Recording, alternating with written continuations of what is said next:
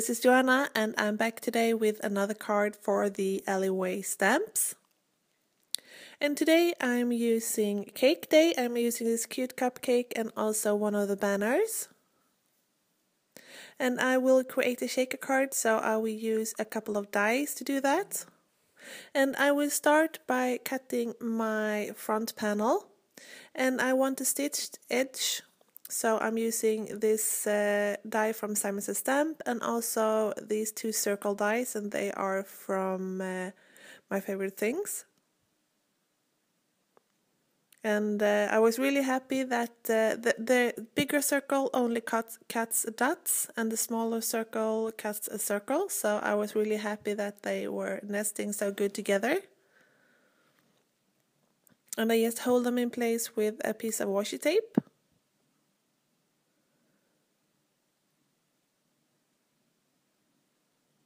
And I will save the die cut circle for another project. And here I'm just poking out all the small circles. And I'm using my poker tool to do that, and you can just use a toothpick or whatever if you don't have this kind of tool. And then I'm laying it on top of my card base, and I'm using a pencil to draw a circle. So I can use that as a guide, so I know where to stamp my banners.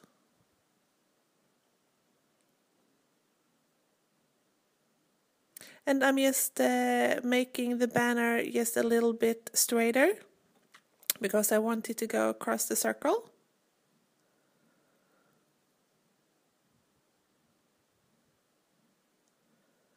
And I didn't do a very good job stamping the banners, but I will use a Copic multiliner to fill them in later.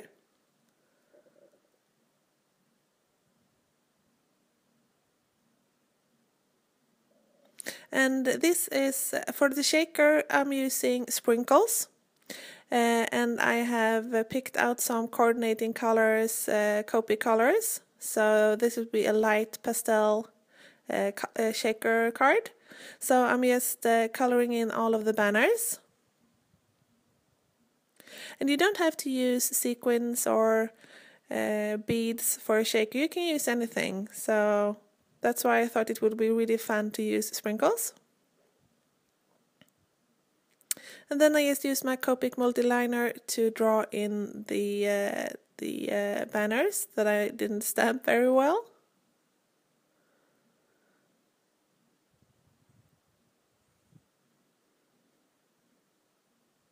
And I love this Copic multiliner. I use it a lot, so I'm really happy that I got it. And then I erase my pencil lines with a white eraser. And now it's time to adhere the acetate sheet onto the card front. And I'm using, if you don't have acetate, you can just use a piece of old packaging. I used to use that, but I actually used up all of my packaging, so I had to buy some acetate. And this acetate you can also do some heat embossing on, so that's really cool. I won't be doing that today, but I will sure try it out sometime.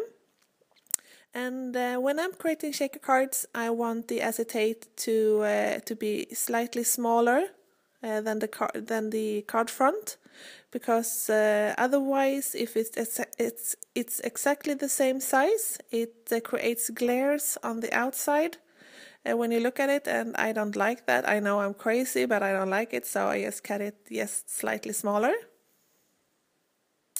And then I used my big roll of 3M foam tape to create my shaker area, and I cutting it in half.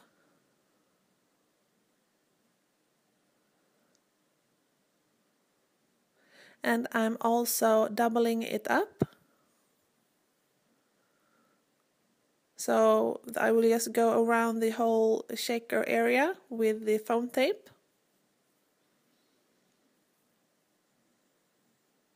And I love this foam tape. I have told you that if you have watched my videos before, you know that I use this all the time.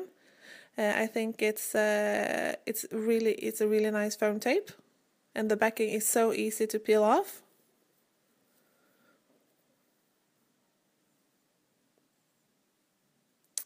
And now it's time to add the sprinkles, and I'm just adding a bunch on the card front or on the card base.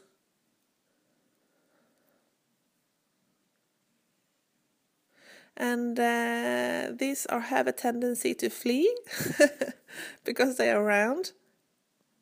And here I realized maybe it was too much, so I just removed some of them. So you don't always have to use sequins to create a shaker card. You can use many different things. And one other really good thing about using sprinkles is that it smells really good. It smells like candy. And here I'm just lining up my card front onto the card base.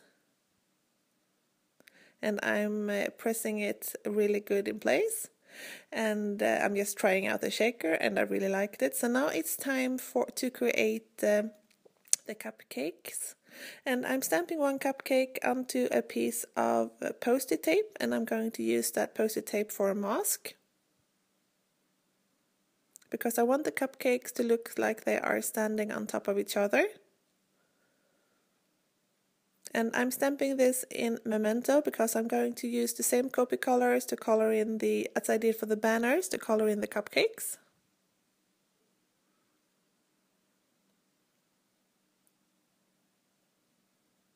So here is my cupcakes all stamped, and I'm using my heat tool to speed up the drying process so I'm sure that the ink doesn't smear. And I'm doing some really easy shading here. I'm using 2 colors per cupcake, and I'm not shading it I'm trying not to shade it as much because I want the colors to be really light and pastel, and these are the lightest Copic colors that I have, so I couldn't shade it as much.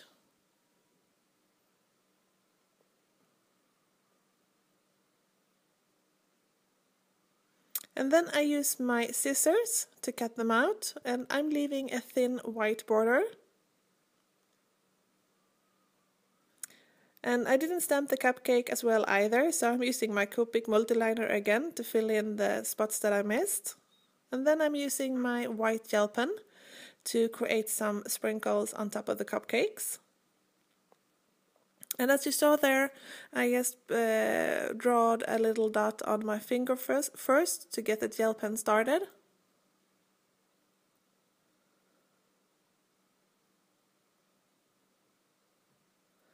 And now it's time to stamp the sentiment. This would of course have been easier to do before I adhered this to the card, but I forgot all about it. But it worked out fine this way as well because I used so much foam tape on the back. So I'm using a sentiment from the same stamp set, and I'm inking it up with VersaFine, and I'm using my Fiskars stamp press to make sure that I line it up on the card.